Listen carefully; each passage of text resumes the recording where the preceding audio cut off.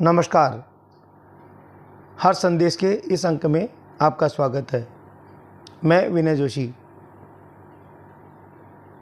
आज दोबारा से स्वामी योगानंद तीर्थ और भगवान नीलकंठ के मंदिर को लेकर चर्चा करते हैं। स्वामी योगानंद तीर्थ का जन्म 18 मार्च 1933 को हुआ था और ये एक संयोग है कि उनके माह में क्रम बना। एक मार्च में स्वामी योगानंद तीर्थ का जन्म हुआ, अप्रैल में इन्होंने संन्यास लिया और मई में देवलोक गमन हुआ। 18 मार्च 1933 को जन्म हुआ। 18 अप्रैल 1960 को स्वामी योगानंद तीर्थ ने ऋषिकेश में वशिष्ठ गुफा के अंदर तीर्थ संप्रदाय से दीक्षा ली और गीता जयंती के दिन उन्होंने घर को त्यागा, संन्यास लिया। 13 मई 2022 को स्वामी योगानंद तीर्थ का देवलोक गमन हुआ। स्वामी योगानंद तीर्थ का दौसा के लिए बहुत ज़बरदस्त योगदान है। उन्होंने सामाजिक समरसता के लिए, धार्मिक स्वच्छता के लिए काम किया। स्वामी जी ने किन किन विषयों पर प्रयोग किया, किस तरह मंदिर का निर्माण किया, कौन कौन इस मंदिर के निर्माण के सहभागी रहे, नीलकंठ समिति को चलाने के लिए किन लोगों ने विशिष्ट योगदान दिया, इनको लेकर आज मैं चर्चा करता हूँ। स्वामी योगानंद तीर्थ 1962-63 में दौसा आए और 63 में वापस चले गए। 62 के लास्ट में आए थे और 3 या 4 महीने बाद में वापस यहाँ से प्रस्थान कर गए कामरे के लिए। कामरे कामशेत तहसील में पड़ता है, जो महाराष्ट्र के अंदर है। स्वामी जी वहाँ पर 6x6 की कोठरी में रहते थे। उस जगह को भी यहाँ के लोगों ने दर्शन किए हैं। 1966 में राधेश्याम जी सिंगा, राधेश्याम जी आंकड़ भाया जी, हरिश्चंद्र जी मामोडिया और एक साथी और थे इनके, मोदी जी, ये तीनों जाकर 1966 में स्वामी योगानंद तीर्थ के लिए दौसा लेकर आने का अनुरोध किया। स्वामी योगानंद तीर्थ ने दौसा आना इसलिए स्वीकार किया कि एक तो नीलकंठ पहाड़ पर कोई जाता नहीं था, 10-5 लोग ही दिन भर में जाते थे और एकांतवास था जो उनको प्रिय था। उनको लगा कि ये सिद्धि करने के लिए, साधना करने के लिए नीलकंठ मंदिर ठीक रहेगा। इसलिए उन्होंने राधेश्याम जी भाया आंकड़ का निवेदन स्वीकार किया और 1966 में स्वामी जी दौसा आ गए। 1967 में नीलकंठ धर्म सेवा समिति की स्थापना की, गठन किया और वार्षिक उत्सव मनाने का निर्णय किया। उसमें तय किया कि श्रावण मास के तीसरे रविवार को नीलकंठ मंदिर के जागरण होगा, श्रावण मास के तीसरे सोमवार को मेला भरेगा और श्रावण मास के तीसरे मंगलवार को नीलकंठ मंदिर की शोभा यात्रा दौसा शहर में निकाली जाएगी। इस बात को राधेश्याम जी आंकड़ भाया थे, उन्होंने स्वामी जी के आदेश की अक्षरशः पालना की। बहुत से लोगों को तो ये जानकारी भी नहीं है कि राधेश्याम जी भाया आंकड़ बहुत लंबे समय तक नीलकंठ समिति के अध्यक्ष रहे और स्वामी जी से उनका ज़बरदस्त जुड़ाव और लगाव रहा। 2007 में जब राधेश्याम जी भाई जी के पैरालिसिस हुआ और स्वामी जी को इस बात की जानकारी मिली, तो वो आए और उन्होंने उनकी कुशलक्षेम पूछी और स्वामी जी ने राधेश्याम जी आंकड़ को कहा कि आपका नीलकंठ मंदिर के लिए जो योगदान रहा उसको कभी दौसावासी भूल नहीं पाएंगे। कभी भी उन्होंने अपने नाम का प्रोपेगेंडा नहीं किया। जिस प्रोपेगेंडा के खिलाफ स्वामी योगानंद तीर्थ थे, उसी की अक्षरशः राधेश्याम जी आंकड़ ने जीवन भर पालना की और पूरी ताकत से जितना उनका आर्थिक सहयोग करने की क्षमता होती थी वो पूरा नीलकंठ मंदिर के लिए सहयोग करते थे। इसलिए सबसे बड़ा योगदान स्वामी योगानंद तीर्थ के बाद में सामाजिक रूप से किसी ने दिया तो राधे श्याम जी आकड़ भाया जी ने दिया।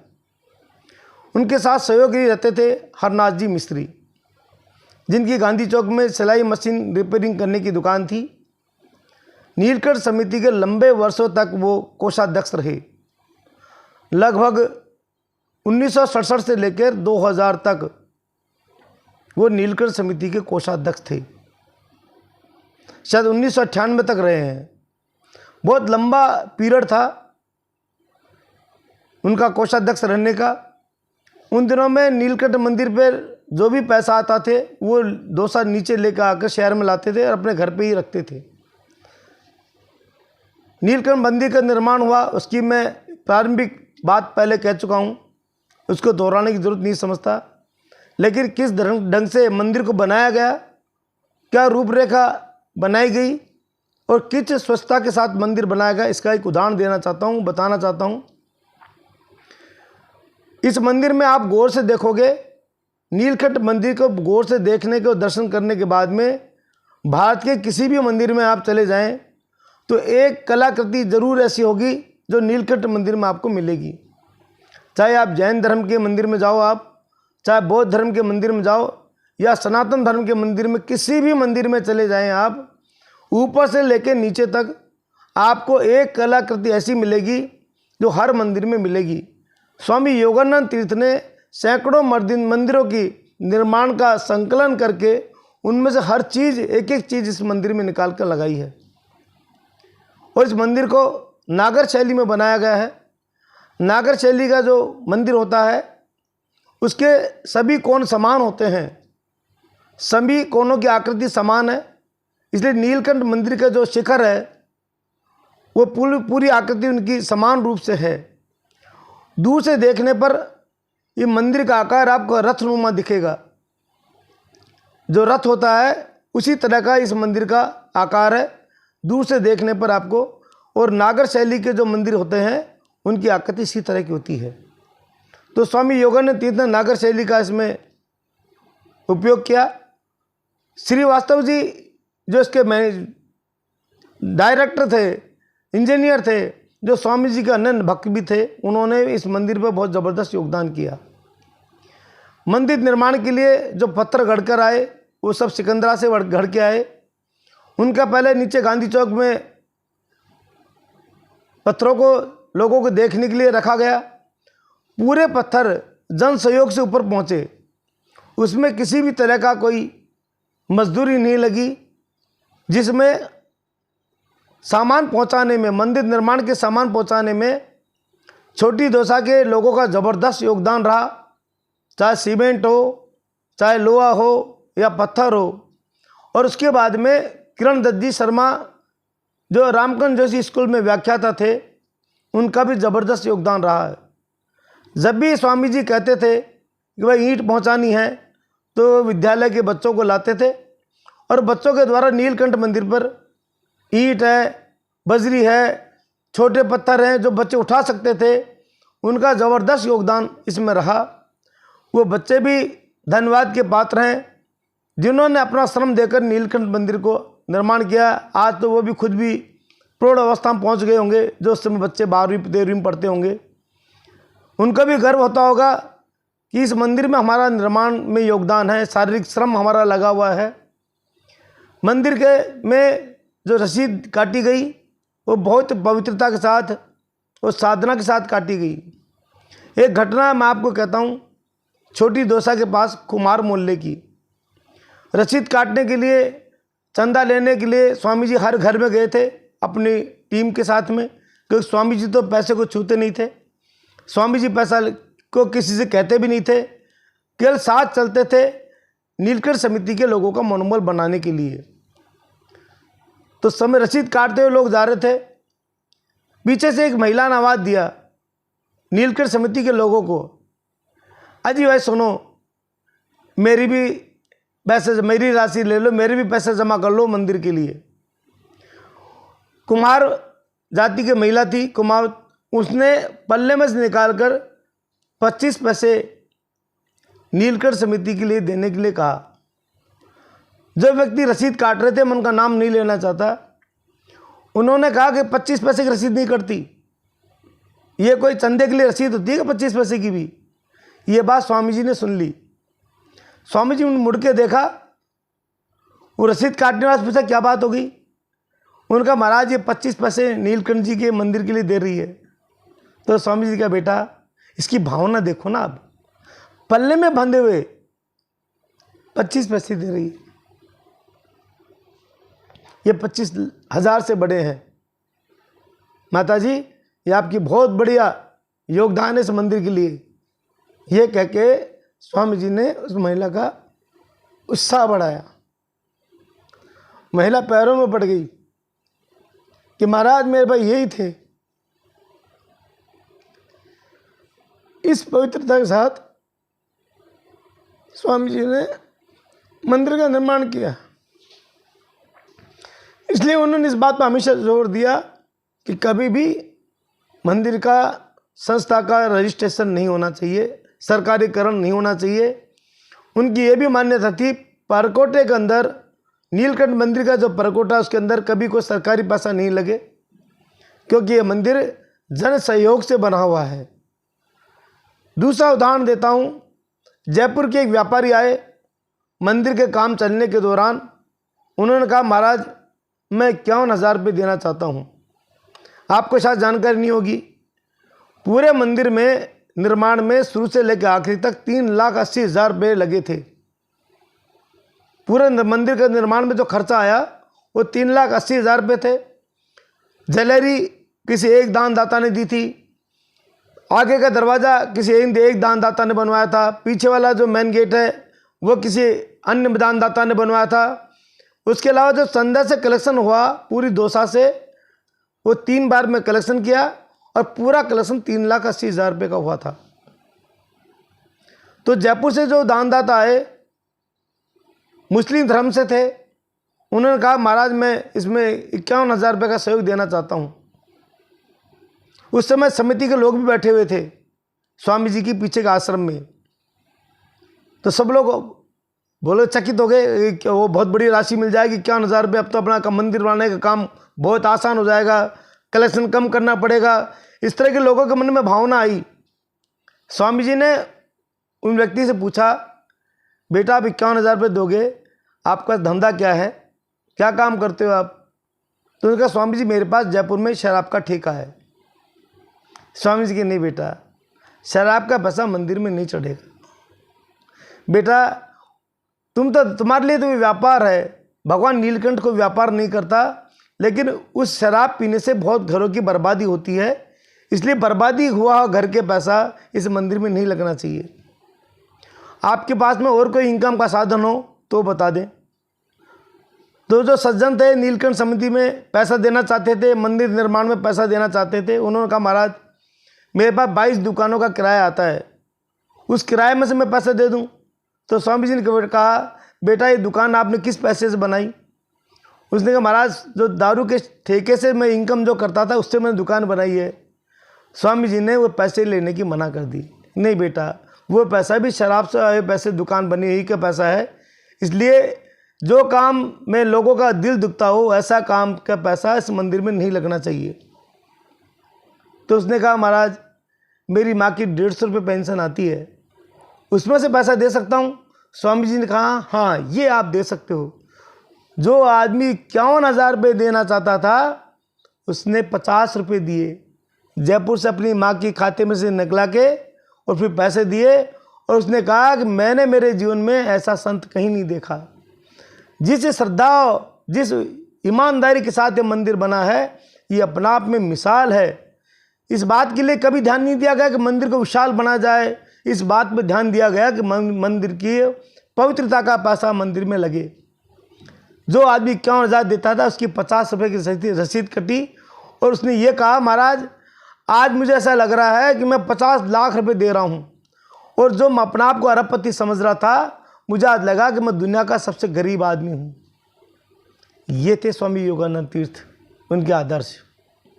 नीलकंठ मंदिर का काम चला तो नीलकंठ मंदिर के काम चलते घड़ाई के दौरान मिस्त्री नीलकंठ मंदिर पर रहते थे और उनका जो भोजन की व्यवस्था थी वो देसी घी में हुआ करती थी। स्वामी योगानंद तीर्थ का कहना यह था कि जो भगवान नीलकंठ के जो मंदिर का जो काम कर रहे हैं वो भगवान नीलकंठ के मेहमान हैं और जो भगवान नीलकंठ के मेहमान हैं वो हमारे मेहमान हैं। तो नीलकंठ समिति के लोगों को यूँ कहते थे, जैसे आप अपने मेहमानों की खातिर करते हो वैसे ही नीलकंठ मंदिर के निर्माण करने वाले मिस्त्रियों की, मजदूरों की खातिरदारी होनी चाहिए। तो जो मिस्त्री काम करते थे उनको देसी घी दिया जाता था सब्जी बनाने के लिए, खाना रोटी में लगाने के लिए। तो वो मिस्त्री 7 दिन के अंदर 3 किलो 4 किलो घी खा जाते थे। तो एक बार जो कोषाध्यक्ष थे नारायण जी पापड़दा वाले, उन्होंने मिस्त्री से कहा कि साहब आप इतना थोड़ा घी कम काम में लिया करो, खर्चा बहुत बढ़ता है। ये बात स्वामी जी ने सुन ली। उन्होंने कहा, नारायण जी पापड़दाला को अंदर कोठरी में बुलाया, आश्रम पे बुलाया और कहा, बेटा आपके मेहमान आते हो तब तो आप उनको गलगच करके खिलाते हो, हलवा बना के खिलाते हो, तब तो आप ये नहीं सोचते, पर जो नीलकंठ के भक्त हैं, नीलकंठ के जो मेहमान हैं, उनको आप ऐसे कैसे कर रहे हो। उन्होंने माफ़ी मांगी। उसके बाद जब तक नीलकंठ मंदिर का काम चला कभी भी इस बात की परवाह नहीं की गई कितना घी उठेगा, कितना आटा उठेगा, कितना मसाला उठेगा। जैसे मेहमान की खातिर होती थी वैसे ही मजदूर और मिस्त्रियों की खातिर होती थी। प्रत्येक मंगलवार को मजदूर और मिस्त्रियों को भुगतान किया जाता था। नीलकंठ समिति के जो लोग थे, मंदिर समिति के लिए जो कमेटी बनाई हुई थी, वो लोग उसका भुगतान करते थे मजदूरों और मिस्त्रियों के लिए। कभी भी किसी भी मजदूर और मिस्त्री के लिए खुली रेजगी नहीं दी गई और फटा हुआ नोट नहीं दिया गया। समिति के लोग चाहते थे महाराज जी इतनी रेजगी दे दें, स्वामी जी का नहीं, ये रेजगी हमारे लिए है। ये स्वामी योगानंद तीर्थ का मानना था कि ये जो नीलकंठ के मेहमान हैं उनको तो हमें अच्छे नोट देने हैं।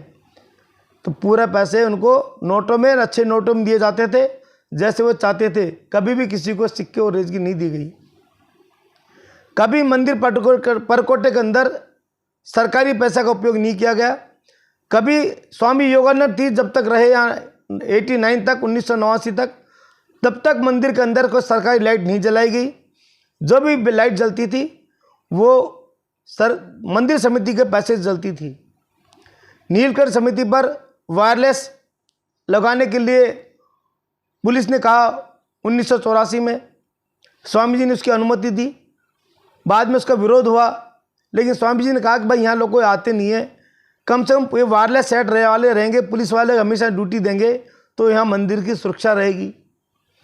इस बात का विरोध होने के बाद भी स्वामी योगानंद तीर्थ ने उस वायरलेस वालों को अनुमति दी। वायरलेस सेट लगा, आज भी वहाँ मौजूद है और नीलकंठ समिति की बहुत बड़ी सुरक्षा व्यवस्था है। वो बहुत दूरगामी संत थे। जब नीलकंठ मंदिर में मेला भरने लगा, एक घटना ऐसी हुई कि एक महिला 200 सीढ़ियों से स्लिप हो गई। उसके बाद स्वामी योगानंद तीर्थ ने तय किया कि यहाँ पर रैंप बनना बहुत ज़रूरी है। उस दौरान शिवचंद जी चौधरी के साथ स्वामी योगानंद तीर्थ स्वयं पहाड़ के ऊपर चढ़े कि रैंप कहाँ से बनना चाहिए। सौभाग्य से वो अवसर वो मुझे भी मिला, मैं भी उनके साथ था। रैंप पे, पहाड़ पे जिस समय वर्तमान जो रैंप है उससे चढ़कर स्वामी जी ने रास्ता तय किया। फिर जयपुर से इंजीनियरों को बुलाया। जो चाणक्य में प्रभुलाल जी भायाती थे, जो चाणक्य रेस्टोरेंट के मालिक हैं, वो जयपुर से इंजीनियर लेके आए और एक रैंप का मैप तैयार किया। उसके आधार पर रैंप बना। नीलकंठ समिति में चलाने में जिन लोगों का ज़बरदस्त योगदान रहा, जो तन मन धन से समर्पित रहे मंदिर के लिए, उन लोगों का आज भी मैं उल्लेख जरूर करना चाहूँगा।